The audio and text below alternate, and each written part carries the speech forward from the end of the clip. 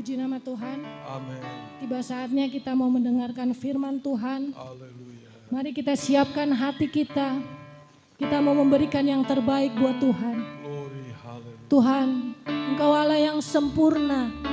Setiap rencanamu, setiap karyamu selalu sempurna di dalam hidup kami. Bukti kebesaran-Mu sudah Kau nyatakan Tuhan. Amin. Amin, haleluya.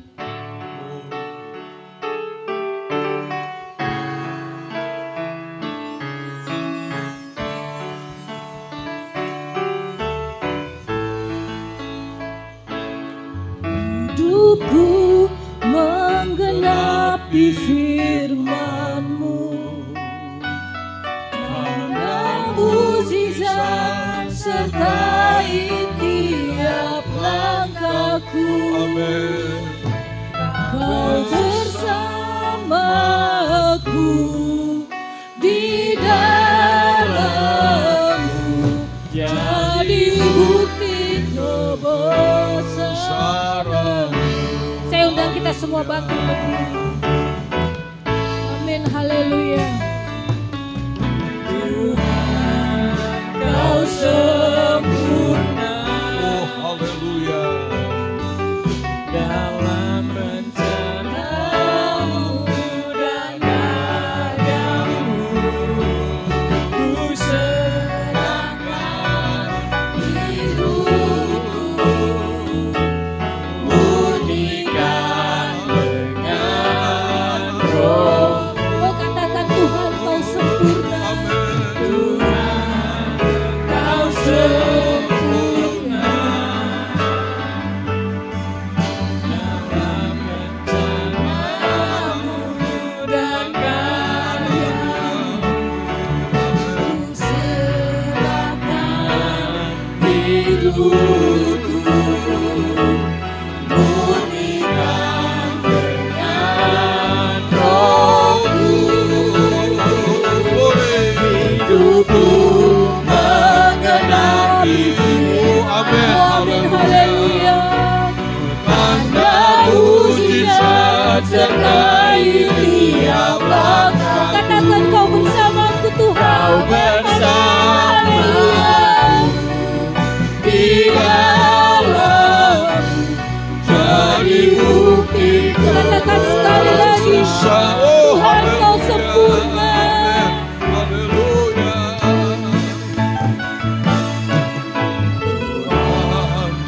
Kau sempurna. Amin, haleluya Tuhan. Kami percaya Tuhan, setiap rencana-Mu sempurna di dalam hidup kami. Kami percaya Tuhan, setiap karena-Mu selalu sempurna di dalam hidup kami. Kami persilakan hidup kami Tuhan. Oh, haleluya. Hidupku menggenapi firman-Mu, tanda mukjizat sertai tiap langkahku. Kau bersamaku di dalam-Mu, jadi bukti kebesaran. Glory, haleluya. Hidupku menggenapi firman-Mu. Haleluya. Tanda mukjizat sertai tiap langkahku. Kau bersamaku Tuhan. Kau bersamaku di dalam-Mu, jadi bukti kebesaran. Sekali lagi hidupku. Hidupku menggenapi firman-Mu, tanda mukjizat sertai tiap langkahku. Kau bersamaku di dalam-Mu, jadi bukti kebesaran. Katakan jadi bukti kebesaran-Mu.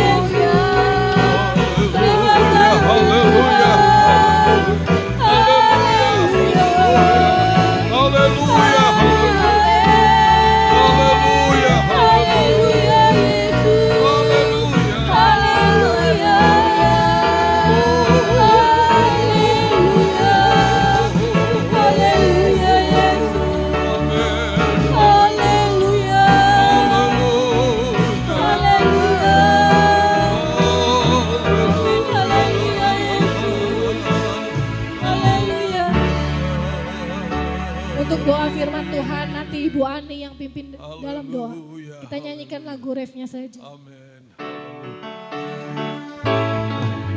Hidupku menggenapi firman-Mu, tanda mujizat sertai tiap langkahku. Kau bersamaku di dalam, jadi bukti kebesaran. Oh, katakan hidupku. Hidupku menggenapi firman-Mu, haleluya. Tanda mujizat sertai tiap langkahku. Kau bersamaku, kau bersamaku di dalamku, di dalam, Haleluya. jadi bukti kebesaran-Mu. Hidupku menggenapi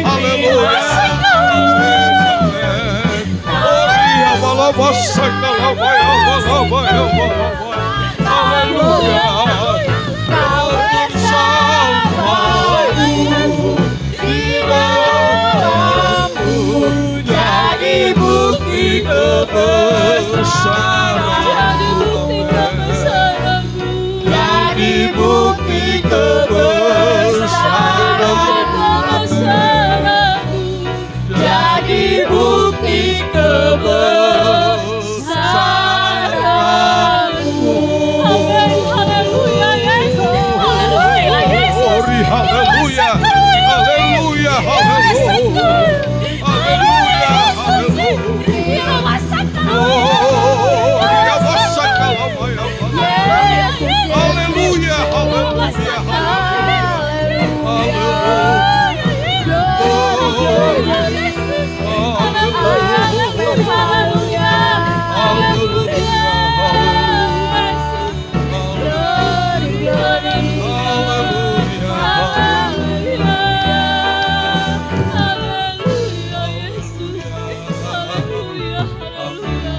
Segala puji, segala hormat, segala kemuliaan hanyalah bagi Engkau Tuhan kami. Engkaulah kami yang sempurna, Engkaulah kami yang ajaib, Engkaulah kami yang luar biasa. Amin. Engkau yang layak kami Haleluya. sembah ya Tuhan. Terima kasih ya Bapa. Haleluya. Biar Engkau ya Haleluya. Tuhan senang ya Tuhan atas pujian kami, atas penyembahan kami yang sudah kami naikkan di hadapan Amin. Engkau ya Haleluya. Bapa. Terimalah Glory. pujian kami Tuhan. Haleluya. Walaupun penuh dengan kekurangan ya Bapa, hanya ini yang dapat kami bawa ya Tuhan, untuk kami boleh membalas setiap kebaikan-kebaikan-Mu di dalam hidup kami. Terima kasih Tuhan, terima kasih Allah kami yang baik. Biar kiranya Tuhan sebentar tiba saatnya untuk kami boleh mendengar firman-Mu. Urapi kami Tuhan, hati kami, kepikiran kami ya Tuhan, sehingga kami boleh dipenuhi oleh kebenaran firman-Mu ya Bapa. Amin. Firman-Mu yang Haleluya. akan disampaikan oleh hamba-Mu, Glory. biar kiranya boleh Haleluya. tertabur ya Bapa, tertanam di dalam hati kami, di dalam hidup kami ya Bapa, sehingga kami boleh semakin bertumbuh dan berbuah di dalam Engkau. Amin. Terima kasih Haleluya. Tuhan,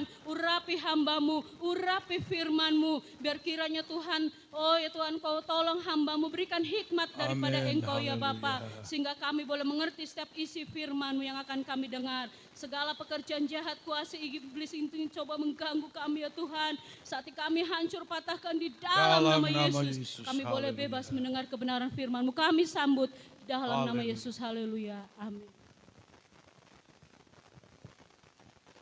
Haleluya, puji Tuhan. Ya. Memang benar hidup kita ada di dalam tangan Tuhan. Dialah yang mengendalikan kehidupan saya dan saudara. Tidak usah kita khawatir karena Tuhan selalu menyertai kita. Puji Tuhan, memang sejak beberapa hari kemarin berapa keluarga yang minta izin karena mengunjungi anak-anak mereka di luar kota. Dan memang juga karena hari kemarin adalah hari raya Imlek ya, yang merayakannya ya, kita juga sama-sama mengucapkan selamat hari raya Imlek ya. pemerintah telah mengizinkan memberikan hari kemarin ini untuk seluruh warga Tionghoa yang ada di seluruh Indonesia untuk merayakan tahun baru Imlek. Puji Tuhan. Nah, puji Tuhan, saat ini kita kembali akan melihat firman Tuhan. 2 minggu yang lalu saya menyampaikan firman Allah mengenai kedatangan Tuhan Yesus pada tahap yang pertama. Kedatangan Tuhan Yesus tahap yang pertama, saya ulangi lagi supaya kita ingat dan kita betul-betul merenungkan baik-baik. Hanya khusus bagi mereka yang mati di dalam Tuhan. Hanya khusus bagi mereka umat Allah, orang Kristen yang betul-betul hidup dekat dengan Tuhan. Yang betul-betul ya mereka itu memiliki firman dan urapan kuasa Roh Kudus. Itulah kedatangan Tuhan Yesus tahap yang pertama. Yaitu pada waktu sangkakala Allah berbunyi, Tuhan turun dengan para ribuan malaikatnya. Maka orang yang mati dalam Tuhan akan dibangkitkan, yang hidup diobakan, lalu berjumpa Tuhan di awan-awan. Sekali lagi, ini hanya khusus bagi mereka yang mati dalam Tuhan. Dan mereka yang benar-benar hidup berkenan di hadapan Tuhan akan diobakan.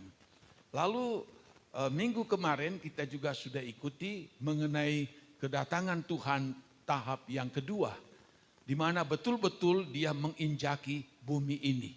Di dalam kitab Sakaria kita sudah lihat dalam pasal 14 ayat 3 dan 4 kemarin.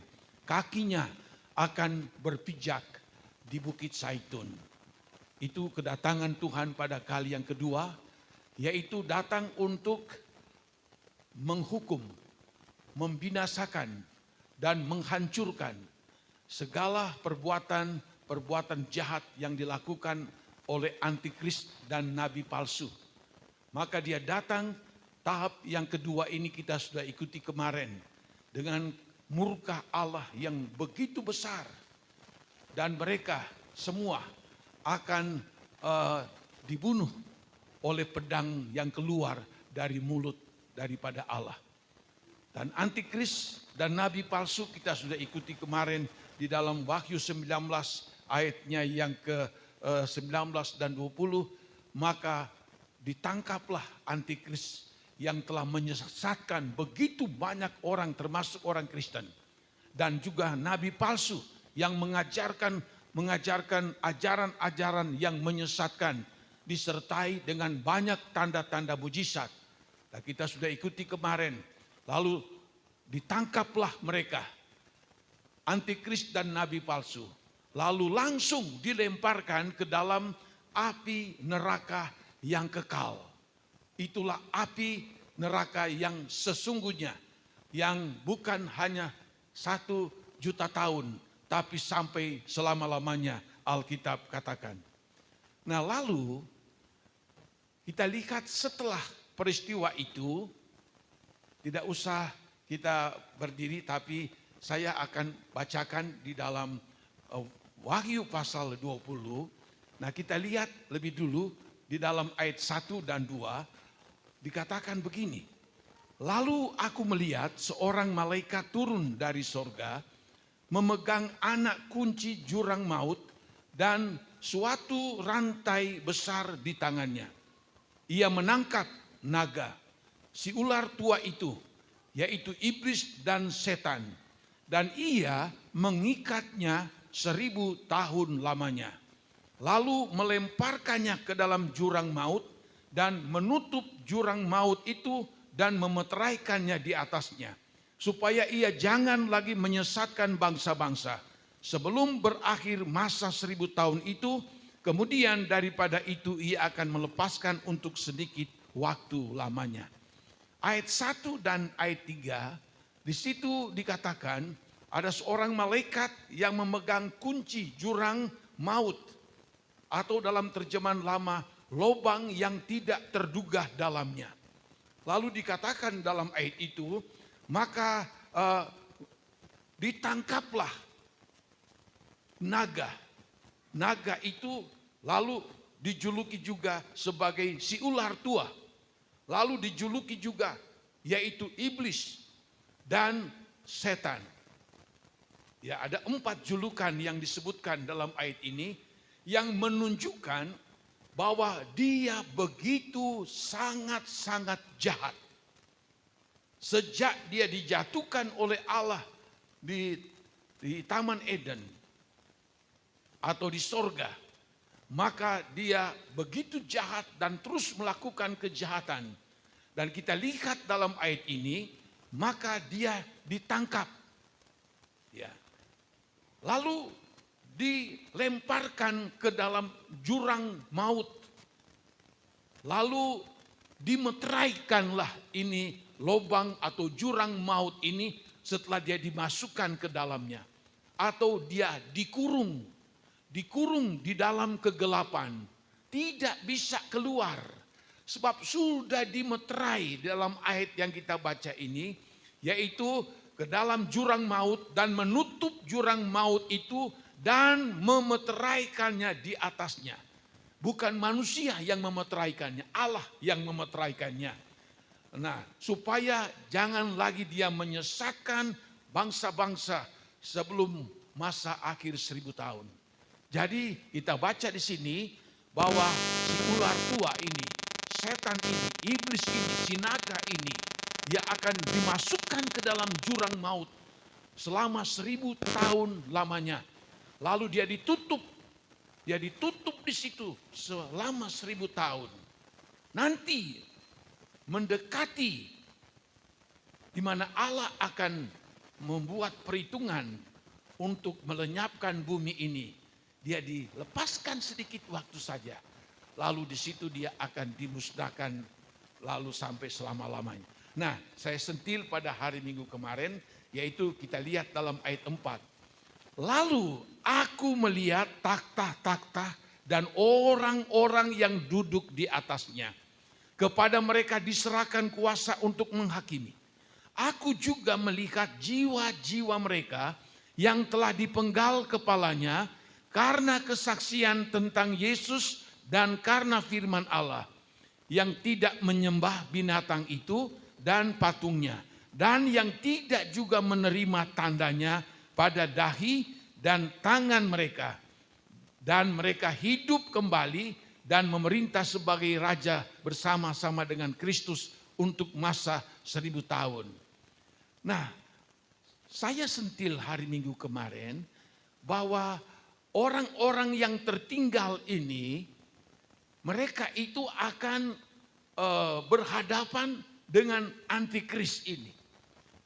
Dan di mana antikris itu akan menganiaya mereka, akan menyiksa mereka.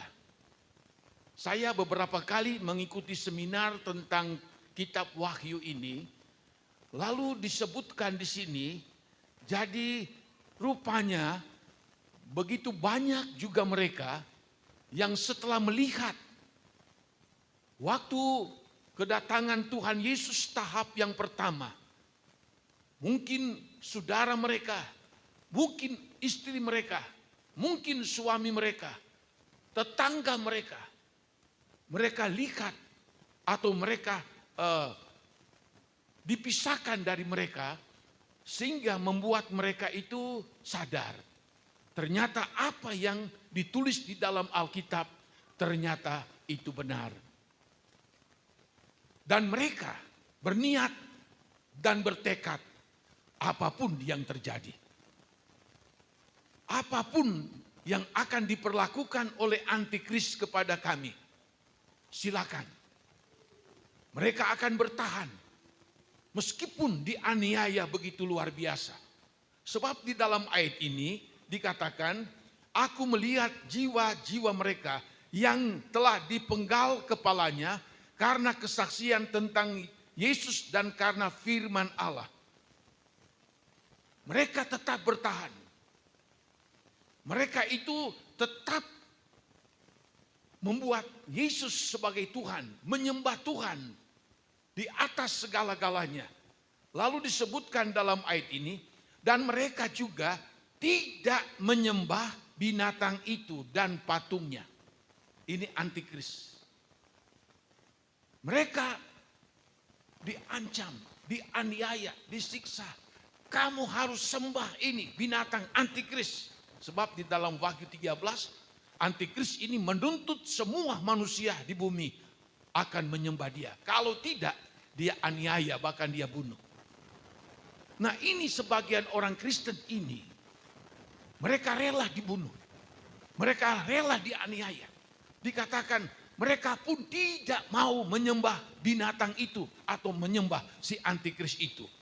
Dan juga tidak menerima tandanya pada dahi dan tangan mereka. Mereka mungkin dibujuk. Udah terima saja tanda 66 di kepala atau di tangan. Supaya kamu tidak dianiaya, supaya kamu tidak disiksa, supaya kamu boleh berbelanja. Tetapi mereka tetap tidak mau. Wow, luar biasa mereka ini. Mereka sudah nekat, tidak peduli. Kami ingin selamat, kami ingin masuk surga. Kami ingin berjumpa dengan keluarga-keluarga yang sudah terangkat pada waktu Tuhan datang pada tahap pertama.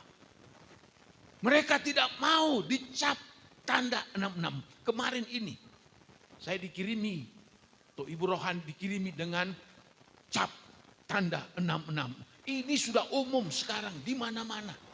Jadi apa yang ditulis dalam Alkitab itu memang sedang terjadi dan sedang menunggu waktu si antikris ini dia akan bekerja.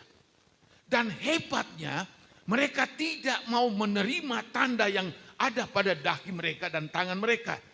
Dan disebutkan mereka hidup kembali dan memerintah sebagai raja. Karena keuletan, karena kesungguhan, mereka bayar dengan harga. Mereka rela disiksa. Bahkan kalau kita lihat dalam Wahyu pasal 6, di situ juga ditulis. Wahyu pasal 6, kalau kita lihat ada kaitannya dengan ini, ayat 9 berkata begini. Dan ketika anak domba itu membuka meterai yang kelima, aku melihat di bawah mezbah jiwa-jiwa mereka yang telah dibunuh oleh karena firman Allah dan oleh karena kesaksian yang mereka miliki. Rasul Yohanes diperlihatkan tentang mereka ini yang tetap mempertahankan nama Yesus, tidak mau menyembah antikris. Mereka tidak mau menerima tanda yang diberikan oleh antikris itu. Dikatakan dalam ayat ini, mereka dibunuh oleh karena firman Allah, karena kesaksian yang mereka miliki. Biarpun kami mati, biarpun kami disiksa. Ini Rasul Yohanes melihat waktu meterai anak domba yang kelima dibuka, jiwa-jiwa yang dibunuh oleh karena firman Allah. Mereka tetap pegang firman Allah. Lalu ayat 11. Dan kepada mereka masing-masing diberikan sehelai jubah putih. Dan kepada mereka dikatakan bahwa mereka harus beristirahat sedikit waktu lagi. Hingga genap jumlah kawan-kawan pelayan dan saudara-saudara mereka yang akan dibunuh sama seperti mereka. Mereka menuntut Tuhan, jangan biarkan kami yang dianiaya seperti ini. Tapi jawaban dari atas, malah mereka itu diberikan masing-masing jubah putih. Lalu mereka dikatakan dalam ayat ini, udah bersabar dulu.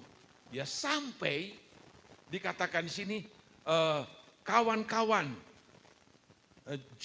genap jumlah kawan-kawan pelayan dan saudara-saudara mereka yang akan dibunuh sama seperti mereka. Jadi ada yang sudah terbunuh oleh antikris dan ada yang belum. Mereka mengeluh, tapi Tuhan kata sabar dulu. Sebab dikatakan dalam ayat ini, sampai genap jumlah yang akan dibunuh oleh antikris.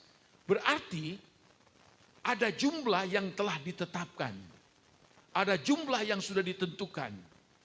Kematian akibat daripada antikris ini. Ya, ada jumlah yang sudah ditetapkan dan kita tidak tahu berapa jumlahnya. Hanya Tuhan yang tahu berapa jumlahnya. Lalu kalau sudah genap katanya jumlah itu, ya sudah. Nah, lalu di dalam Wahyu 20 ini kita melihat mereka itu yang tidak mau menyembah patung dan binatang dan tidak mau menerima tanda 66 itu, lalu mereka mati. Mereka mati. Tapi mereka mati meskipun dianiaya. Disiksa begitu rupa oleh antikris. Ya. Tapi nanti katanya setelah itu mereka akan dihidupkan kembali. Dihidupkan kembali dalam ayat ini. Dan mereka hidup kembali dan memerintah sebagai raja bersama-sama dengan Kristus untuk masa 1000 tahun. Bahkan mereka akan dibalas oleh Tuhan. Pada waktu kerajaan 1000 tahun itu nanti satu waktu kita belajar tentang 1000 tahun ini. Mereka akan menjadi pemimpin-pemimpin karena mereka sudah membayar harga yang mahal dengan nyawa mereka. Tapi sebelum saya lanjut, saya berdoa jangan kita sampai kepada hal ini. Kita berjuang untuk masuk kepada kebangkitan yang pertama itu. Dalam 1 Korintus 15 ayat 51-52. 1 Tesalonika 4 ayat 16-17. Kita tergolong semua kepada kebangkitan yang pertama ini. Yaitu kita diobakan dan kita dibangkitkan lalu berjumpa dengan Tuhan di udara. Saya berdoa kita semua masuk pada tahap ini. Nah, tahap yang kedua ini kita lihat, maka mereka itu akan dihidupkan kembali. Nah, lalu dalam ayatnya yang kelima, tetapi orang-orang mati yang lain yang tidak bangkit, orang-orang mati yang lain tidak bangkit sebelum berakhir masa yang 1000 tahun itu. Inilah kebangkitan pertama. Orang lain siapa? Itu orang-orang yang sejak abad-abad lalu, zaman-zaman lalu tapi hidupnya enggak benar, hidupnya jahat. Lalu yang hidup pada zaman sekarang ini mati dan mereka itu tidak bertobat, tidak mau mengenal Tuhan dengan sungguh-sungguh, ya hanya timbul tenggelam mengikut Tuhan, ya mereka mati. Lalu dikatakan dalam ayat ini, ayat 21 pasal 19, dan antikris dan nabi palsu dibuang ke dalam api neraka. Lalu ayat 21, dan semua orang lain itu dibunuh dengan pedang yang keluar dari mulut penunggang kuda itu. Siapakah yang membunuh?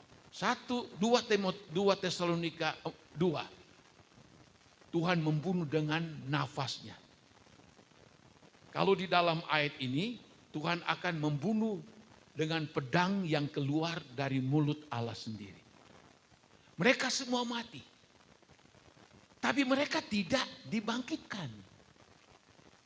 Dikatakan dalam ayat ini, tapi orang-orang mati yang lain tidak bangkit sebelum berakhir masa 1000 tahun itu.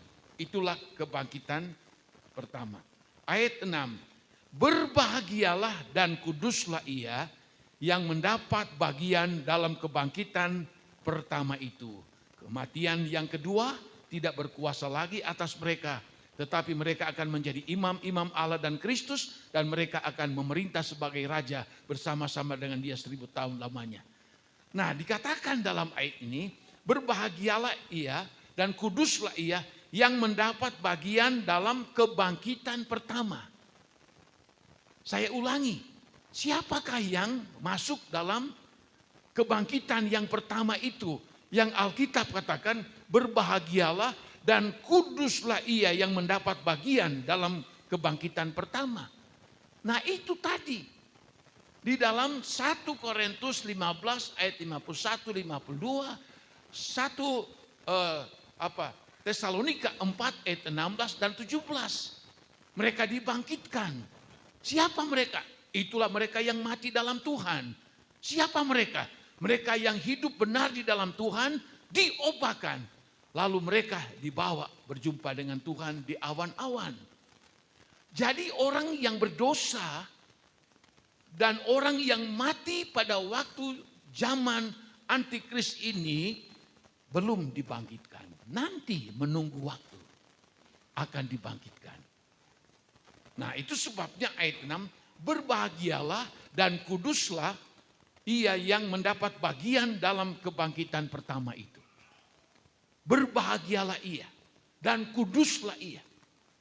Itu yang tadi saya katakan. Kita berjuang mati-matian. Untuk apa? Supaya pada waktu kebangkitan yang pertama, pada waktu sangkakala Allah berbunyi, seperti ayat-ayat yang tadi saya sudah sampaikan, kita termasuk orang-orang yang dibangkitkan. Kita termasuk orang-orang yang hidup diobahkan. Alkitab menyebut golongan ini adalah orang-orang yang berbahagia. Berbahagialah mereka dan kuduslah mereka. Apa sebab? Karena dikatakan yang mendapat bagian kebangkitan yang pertama. Sebab kematian yang kedua tidak berkuasa lagi atas mereka. Kenapa? Karena kematian yang kedua hanya khusus bagi mereka. Orang-orang yang berdosa. Orang-orang yang jahat. Orang-orang yang tidak menerima Tuhan Yesus sebagai Tuhan dan Juru Selamat. Nah, lalu kita melihat lagi di dalam ayat 7 Wahyu 20. Dan setelah masa 1000 tahun itu berakhir, iblis akan dilepaskan dari penjaranya. Dan ia akan pergi menyesatkan bangsa-bangsa kepada 4 penjuru bumi. Yaitu Gog dan Magog, dan mengumpulkan mereka untuk berperang. Dan jumlah mereka sama dengan banyak pasir laut. Maka naiklah mereka ke seluruh dataran bumi, lalu mengepung perkemahan tentara orang-orang kudus dan kota yang dikasih itu. Tetapi dari langit turunlah api menghanguskan mereka. Dan iblis yang menyesatkan mereka dilemparkan ke dalam lautan api dan belerang, yang yaitu tempat binatang dan nabi palsu itu, dan mereka disiksa siang malam sampai selama-lamanya. Nah, ini yang kita baca ini pada waktu kedatangan Tuhan Yesus pada tahap yang kedua. Iblis dengan segala dosa dan kejahatannya, dia ingin membalas dendam. Tetapi dalam ayatnya yang ke 9 tadi, tetapi dari langit turunlah api menghanguskan mereka. Ya, ada kaitannya dengan 2 Petrus pasal 3. Jadi 2 Petrus pasal 3 berkata begini dalam ayat 10. Tetapi hari Tuhan akan tiba seperti pencuri. Pada hari itu langit akan lenyap dengan gemuruh yang dahsyat, dan unsur-unsur dunia akan hangus dengan nyala api, dan bumi dan segala yang ada di atasnya akan hilang lenyap. Petrus mendapat ilham roh. Dia menyatakan bumi dan segala isinya akan hilang lenyap. Seperti Wahyu tadi. Jadi jika segala sesuatu ini akan hancur secara demikian, betapa sucinya dan salehnya kamu harus hidup. Yaitu kamu yang menantikan dan mempercepat kedatangan hari Allah. Pada hari itu langit akan binasa dalam api, dan unsur-unsur dunia akan hancur karena nyalanya. Tetapi sesuai dengan janjinya, kita menantikan langit dan bumi baru, dan langit yang baru dan bumi yang baru, di mana terdapat kebenaran. Sama. Di dalam kitab Wahyu kita sudah lihat tadi. Dikatakan akan dibinasakan. Tapi dari langit turunlah api menghanguskan mereka. 2 Petrus 2 di situ dikatakan akan dibinasakan. Api dari Allah turun membakar sampai kepada hal yang terkecil sekalipun. Itu akan dibakar oleh api dari Tuhan. Sampai kepada unsur-unsur yang kecil yang tidak kelihatan oleh mata. Itu akan dihanguskan oleh api dari Tuhan. Jadi dikatakan bumi ini akan dibakar habis-habisan. Waktu zaman Nuh, begitu banyak orang telah berbuat dosa. Mereka dibinasakan dengan air bah.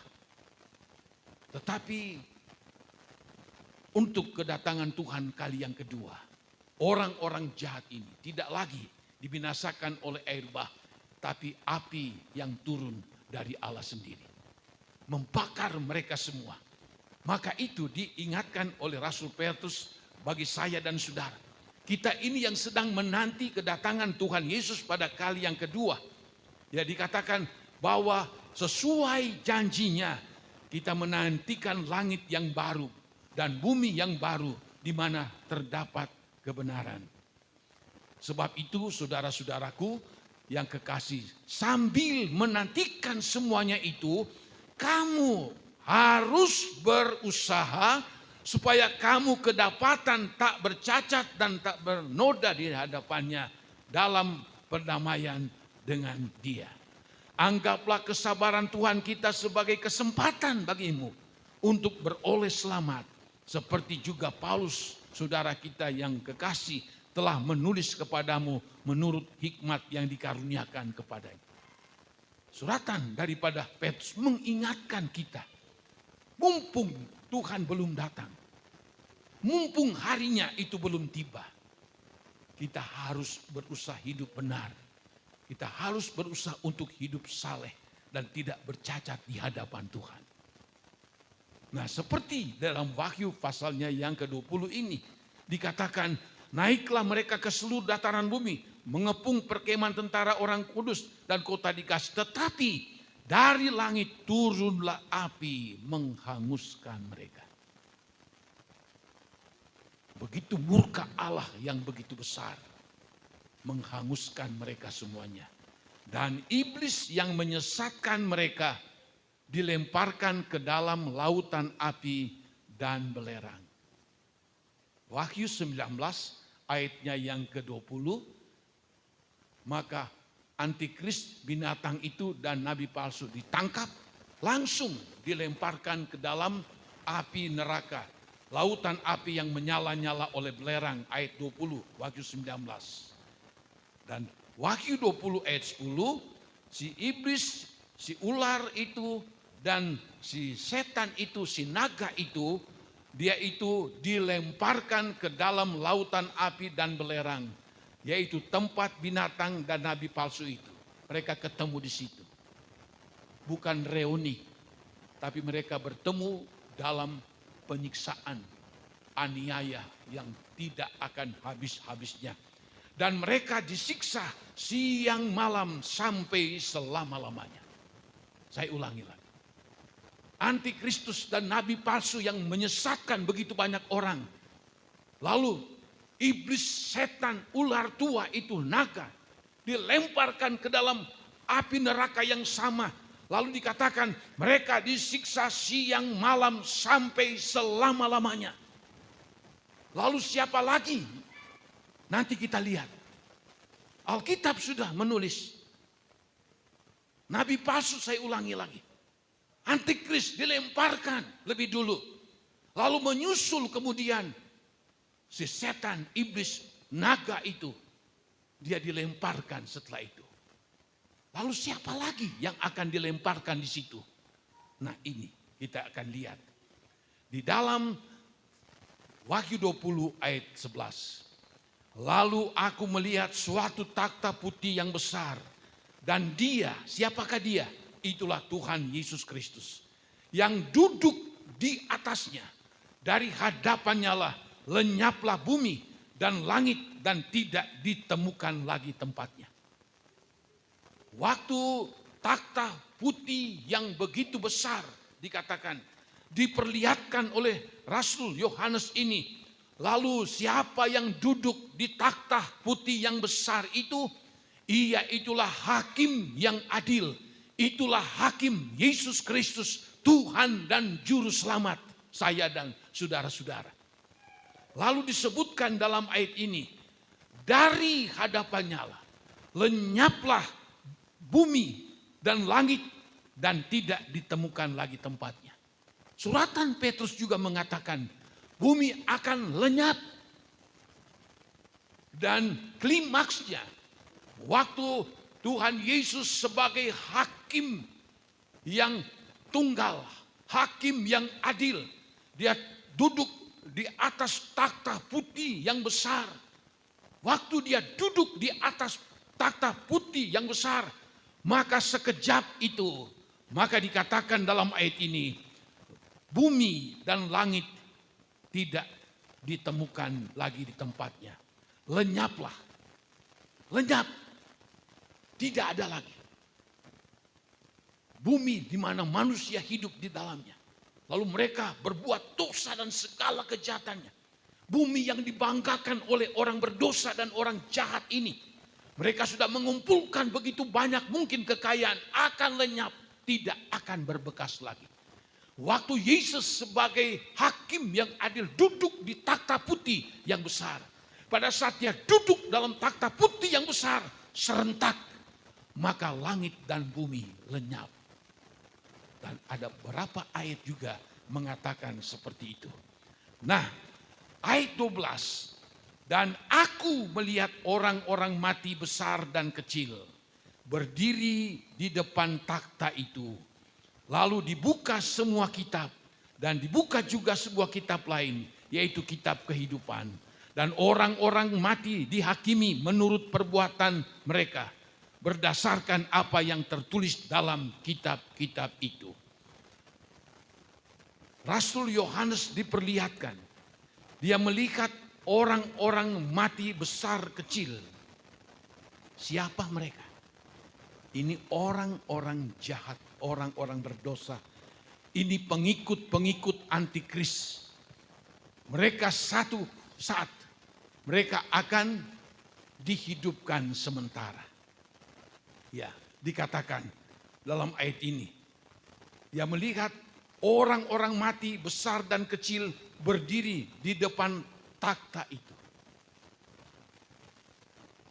Orang yang mati di dalam laut, yang mati dimanapun itu, semua akan dibangkitkan. Orang yang pernah dilahirkan di muka bumi ini.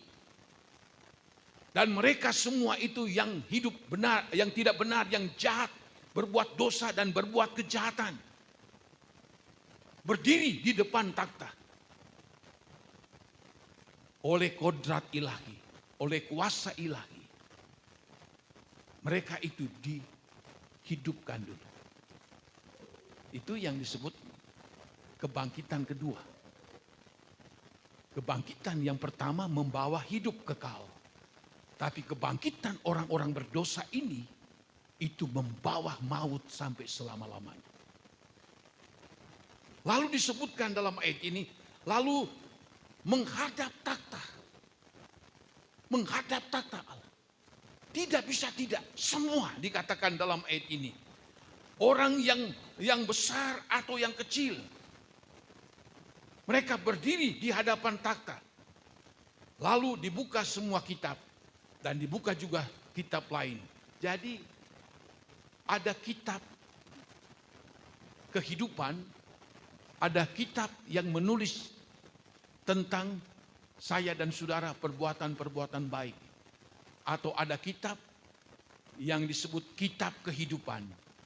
Nama kita akan dicantumkan, orang yang percaya bertobat dan sungguh-sungguh sama Tuhan akan tertulis di dalam buku kehidupan dari Tuhan. Tapi ada buku juga yang lain. Buku yang lain itu akan menulis setiap perbuatan-perbuatan jahat yang dilakukan oleh setiap manusia yang pernah hidup di muka bumi ini. Jadi semua itu tercatat. Tidak bisa tidak, semua tercatat. Dalam kitab Pengkhotbah pasal terakhir, di situ disebutkan yang terakhir katanya. takutilah akan Allah. Sebab semua perbuatan-perbuatan manusia itu akan dihadapkan kepada takhta pengadilan Allah, baik ataupun jahat. Itu kita lihat. Maleakhi 3:16. Ada buku yang menulis semua perbuatan-perbuatan orang-orang benar, orang-orang yang percaya. Dan ada buku kehidupan, di mana orang yang sudah diselamatkan, mereka tercantum namanya dalam buku kehidupan yang kekal. Mereka yang betul-betul sungguh-sungguh percaya kepada Tuhan. Semua buku-buku dibuka. Tidak bisa mengelak. So, ada catatan-catatan semua. Kita lihat sekarang ilmu pengetahuan. Bagaimana orang bisa membuat layar yang besar. Lalu ada monitor dan segala macam itu bisa dilakukan manusia sekarang. Saya yakin Tuhan lebih canggih. Dia punya alat yang jauh lebih canggih. Tinggal tekan tombol. Mulai dari abjad A barangkali. Yang namanya mulai dari A sampai Z. Itu akan ditulis. Buku-buku tertulis orang-orang yang tidak benar. Orang-orang jahat, orang-orang yang berdosa. Apa yang dia telah lakukan selama dia ada di dalam dunia. Semua tercatat di situ. Tidak bisa tidak. Semua tercatat. Sebab apa? Alkitab katakan Tuhan itu hakim yang adil. Dia tidak akan menghukum orang semena-mena. Dia akan buktikan, nih lihat apa yang kamu telah lakukan selama hidup kamu. Diperlihatkan dan tidak bisa bohong, tidak bisa ditipu. Semua perbuatan manusia yang pernah hidup itu tercatat rapi. Dan itu dibuka semua. Dalam ayat yang kita baca tadi. Dibuka semua. Dan ada juga kitab kehidupan. Dan orang-orang mati dihakimi menurut perbuatan mereka. Berdasarkan apa yang tertulis di dalam kitab-kitab itu. Nah ini adalah penghakiman yang terakhir. Dan yang menghakimi adalah Tuhan Yesus Kristus. Tidak bisa disogok. Sebab ada bukti-bukti yang mereka lakukan selama mereka hidup di muka bumi ini. Mungkin mereka sembunyikan sampai dimanapun. Semua itu akan terbuka semuanya. Di dalam Injil Matius, apa yang disembunyikan orang, itu nanti akan dibukakan oleh Tuhan. Ya. Jadi buku-buku dibuka. Berdasarkan buku-buku yang menulis semua perbuatan mereka. Dikatakan di sini. Orang-orang mati dihakimi menurut perbuatan mereka. Berdasarkan. Jadi berdasarkan apa yang ada tertulis dalam kitab-kitab itu. Jadi kalau dalam kitab itu, nih kamu begini. Itu tidak ada yang bantah. Tidak bisa. Lalu, maka laut menyerahkan orang mati yang ada di dalamnya. Jadi ada orang yang mati dalam laut. Tidak terhitung jumlah. Orang yang mati mungkin tenggelam ya oleh tsunami atau macam-macam. Banyak yang mati yang ada di laut. Orang laut menyerahkan orang-orang mati. Tiba-tiba muncul semua. Orang-orang, oh ini yang mati di laut. Dan maut dan kerajaan maut menyerahkan orang-orang mati yang ada di dalamnya. Apa ini? Maut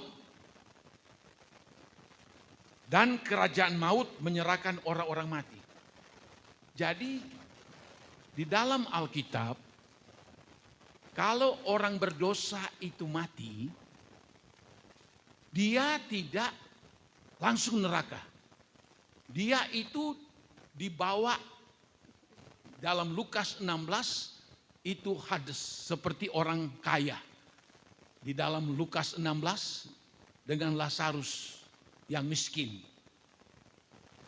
Lazarus mau minta sedekah malah dipanggil anjing. Lalu keduanya mati. Lazarus langsung dibawa ke Firdaus lalu dihibur dalam pangkuan Abraham. Tapi si orang kaya yang tidak bertobat dan medit itu mati juga. Lalu dia ada di Hades. Hades itu apa?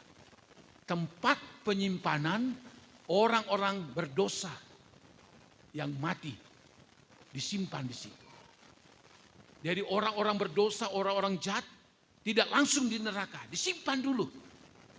Dalam istilah perjanjian baru disebut kerajaan maut. Jadi orang jahat mati, dia dibawa ke Hades. Seperti si orang kaya tadi Lukas 16.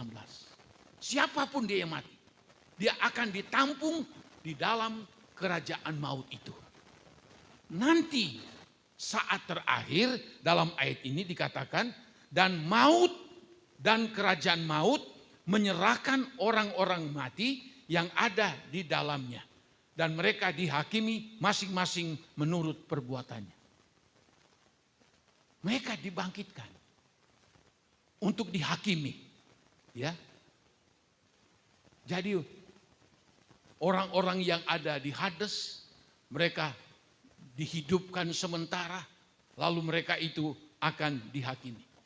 Lalu disebutkan di dalam ayat ini, dan mereka dihakimi masing-masing menurut perbuatannya. Masing-masing. Tidak bisa mengelak. Bukan secara global. Tidak. Masing-masing. Setiap pribadi. Bayangkan. Nah, lalu apa yang terjadi? Ayat 14. Lalu maut dan kerajaan maut itu dilemparkanlah ke dalam lautan api.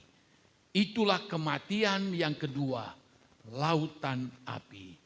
Dan setiap orang yang tidak ditemukan namanya tertulis dalam kitab kehidupan itu, ia dilemparkan ke dalam lautan api yang sama seperti ayat yang ke-10. Iblis yang menyesatkan mereka dilemparkan ke dalam lautan api dan belerang, yaitu tempat binatang dan nabi palsu itu, dan mereka disiksa siang malam sampai selama-lamanya. Dalam Wahyu 19 ayatnya yang ke-20, maka nabi palsu dan juga si antikris, mereka itu akan ditangkap, lalu mereka akan dilemparkan ke dalam api belerang yang menyala-nyala sampai selama-lamanya. Jadi urutannya ada 3. Pertama kali nabi palsu dan antikris ditangkap, langsung dilemparkan ke dalam siksaan api belerang yang kekal selama-lamanya. Tahap yang kedua dikatakan dalam Wahyu 20 ayatnya yang ke-10, maka iblis itu yang menyesatkan dilemparkan ke dalam lautan api belerang, tempat binatang dan nabi palsu, ketemu di situ mereka. Dan mereka disiksa siang malam sampai selama-lamanya. Lalu ketiga adalah orang-orang yang mati di dalam laut. Orang-orang yang mati, ya, dimanapun itu, orang-orang mati, maut akan menyerahkan orang-orang yang ada di dalam kerajaan maut. Wah, itu tidak terhitung jumlahnya, begitu banyak. Kumpulan orang-orang berdosa, kumpulan orang-orang yang jahat, kumpulan orang-orang yang tidak percaya sama Tuhan, menghujat Tuhan. Begitu jumlah banyak. Lalu disebutkan dalam ayatnya yang ke-14, lalu mereka dilemparkan ke dalam kerajaan maut, dilemparkan ke dalam lautan api, itulah kematian yang kedua, lautan api. Dan sama-sama lautan api itu bukan cuma 1 tahun, bukan 1000 tahun, bukan 1.000.000 tahun, tapi sampai selama-lamanya. Tetapi orang yang sudah dibangkitkan pada tahap yang pertama tadi saya sudah katakan, firman Allah 2 minggu yang lalu, mereka itu hidup bahagia bersama-sama dengan Tuhan. Wahyu 13 ayat 14 berkata, berbahagialah orang yang mati dan yang mati di dalam Tuhan, karena mereka sedang berhenti dari jerih lelah mereka dan mereka akan beristirahat dan mereka akan dihiburkan oleh Tuhan. Tetapi orang yang dibangkitkan kepada kematian yang kedua ini, maka mereka akan mengalami siksaan api belerang yang bukan hanya 1 juta tahun, bukan 10 juta tahun, tapi sampai selama-lamanya. Ini penghukuman dari Tuhan. Alkitab katakan Tuhan itu begitu murah hati. Tuhan penuh dengan kemurahan.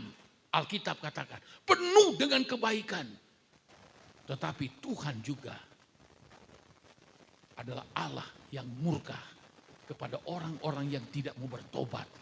Orang-orang yang jahat, orang-orang yang melakukan perbuatan-perbuatan dosa.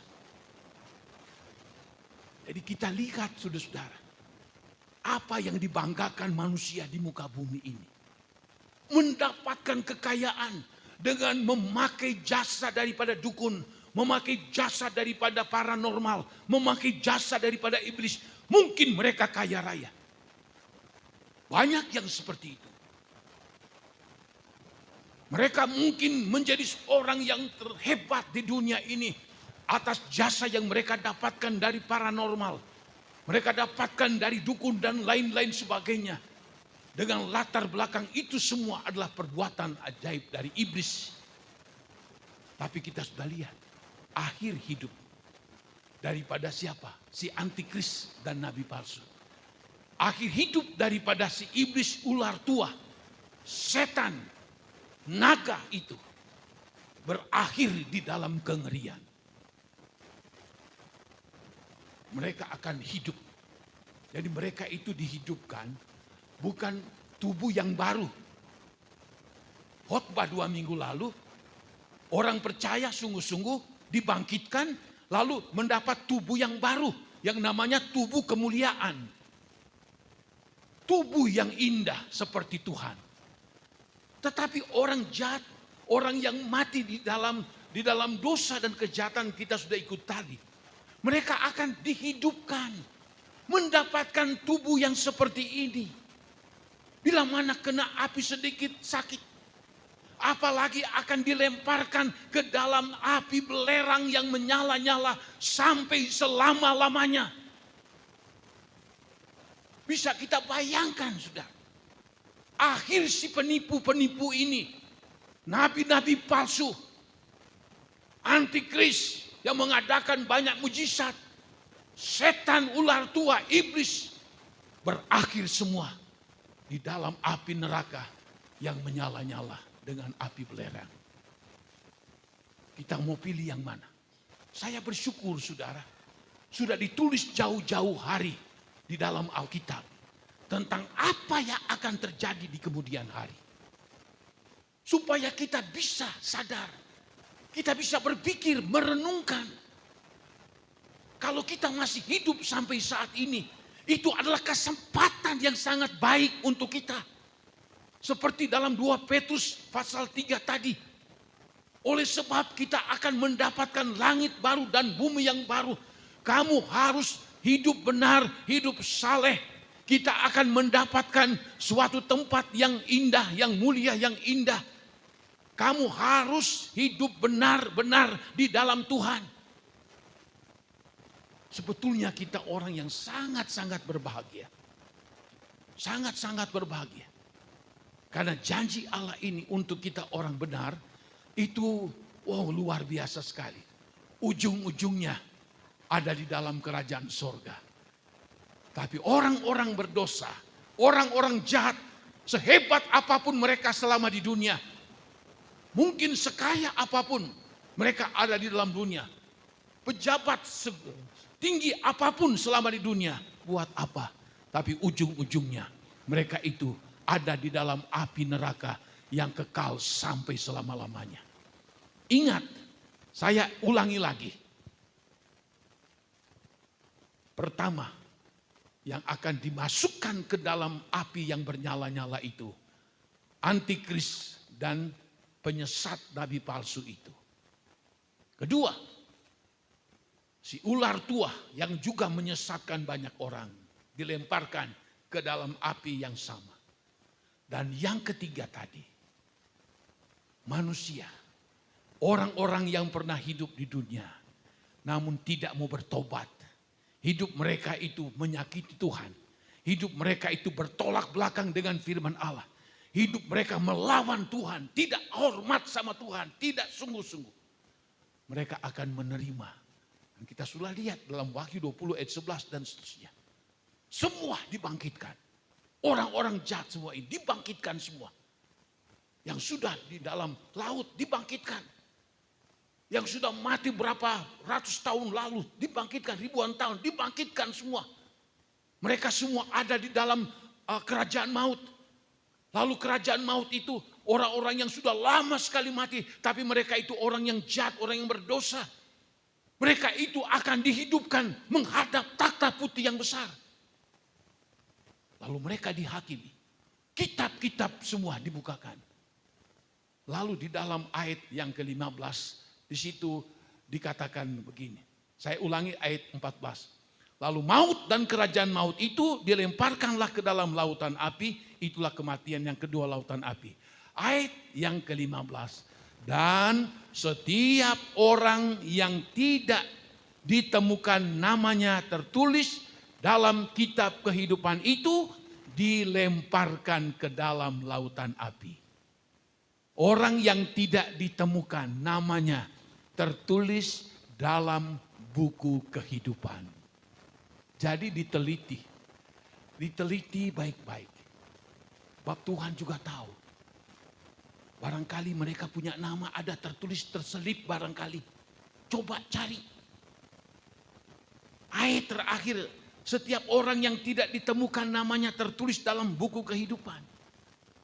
Atau bisa saja. Dulu pernah ditulis nama mereka dalam Yeremia 17. Tapi oleh sebab mereka meninggalkan Tuhan, mereka meninggalkan firman Tuhan dalam Yeremia 17. Lalu nama mereka terhapus. Makanya dalam ayat ini setiap orang yang tidak ditemukan namanya tertulis dalam kitab kehidupan. Diteliti, dilihat. Oh barangkali si A, barangkali nyelip namanya. Oh si nama ini barangkali ada, coba cari lagi. Menurut abjad cari lagi. Oh tidak. Dia tidak sama sekali. Mungkin dulu pernah tertulis. Tapi terhapus. Karena dia jadi murtad. Karena dia tinggalkan Tuhan. Karena dia berbuat dosa. Karena hidupnya tidak benar. Meskipun dia orang Kristen. Apa yang dikatakan dalam ayat ini? Dia dilemparkan ke dalam lautan api. Siapa yang bisa berhadapan dengan Tuhan? Tidak ada. Firman Allah ini ditulis di dalam Alkitab. Yang kita sudah dengar berturut-turut ini selama mungkin 1 bulan atau lebih. Kita pahami. Kita renungkan sungguh-sungguh. Supaya kita ini dalam melangkah hidup ini kita harus tahu kemana aku akan pergi. Apakah aku menuju kepada neraka atau aku menuju ke surga? Itu pilihan. Dalam kitab Ulangan, pilihlah hidup, jangan pilih kematian. Pilihlah berkat, jangan pilih kutuk. Kita bebas untuk memilih. Tapi kalau kita jatuh pilihannya untuk hidup yang kekal, mari kita bayar dengan harga. Sebab apa? Setiap perbuatan baik kita, dalam kitab Pengkhotbah pasal terakhir, perbuatan-perbuatan baik kita ditulis oleh Tuhan. Tapi juga perbuatan tidak baik juga ditulis oleh Tuhan. Maliaki 3:16, ada buku yang disediakan untuk menulis semua perbuatan-perbuatan baik orang-orang yang percaya. Nah, kalau semua perbuatan-perbuatan itu menyenangkan hati Tuhan, kita tergolong orang yang tertulis di dalam buku kehidupan yang kekal. Biar dia lahir dari Kristen. Biar dia dibesarkan dari Kristen. Tapi kalau hidupnya tidak benar, namanya tidak tertulis di dalam buku kehidupan, tidak ada jalan selain dia akan dilemparkan ke dalam lautan api yang bernyala-nyala oleh belerang sampai selama-lamanya. Tuhan memberkati, kita masuk di dalam doa. Haleluya. Glory, halawaya masakalawaya mas. Haleluya, haleluya. Glory, haleluya. Peganglah tanganku Roh Kudus. Haleluya. Amin, haleluya. Peganglah tanganku Roh Kudus setiap hari. Ku tak dapat jalan sendiri tanpa Rohmu. Bawalah diriku kepada segala ya malam masa kalau mas, agar ku tidak tersesat mengikuti. Saudara-saudara, hidup ini adalah pilihan. Kalau kita memilih hidup yang kekal, kita memang harus membayar harga. Kita harus berani memikul salib. Kita harus berani menyangkal diri kita. Kita taklukkan diri kita kepada Tuhan. Kita hidup benar, kudus di hadapan Tuhan. Itulah harga yang kita bayar. Dunia ini hanya memberikan kepuasan sementara, tetapi akhirnya menuju kepada kebinasaan sampai selama-lamanya. Api neraka sampai selama-lamanya. Tapi kalau saya dan saudara membayar harga, mendapatkan akan sorga, kita akan hidup senang sampai selama-lamanya di dalam sorga. Oh, peganglah tanganku Roh Kudus. Oh, biar kita minta Roh Kudus memegang tangan kehidupan kita. Haleluya. Memang kita tidak mampu jalan sendiri. Kita lemah, kita bodoh, kita tidak kuat. Haleluya. Tapi ada Roh Kudus yang mau menolong saya dan saudara, memberikan kekuatan dalam kehidupan kita. Haleluya. Yang membawa kita kepada kebenaran daripada Allah. Haleluya. Oh, amin. Haleluya. Haleluya. Kabar. Haleluya. Amin. Oh, agar ku tidak tersesat. Oh, bawalah hidup diriku di ibu rohani berdoa. Amin. Amin. Oh, bawalah diriku kepada segala kebenaran. Amin, amin. Agar ku tidak tersesat. Haleluya. Mengikuti agar ku tidak tersesat. Haleluya. Oh, agar ku tidak tersesat, mengikuti jalanmu. Haleluya, haleluya, haleluya, haleluya. Oh, ya masakala maya maya ya la masakala maya maya. Oh, haleluya, haleluya. Oh, ya la maya maya maya maya maya masakala. Ya mama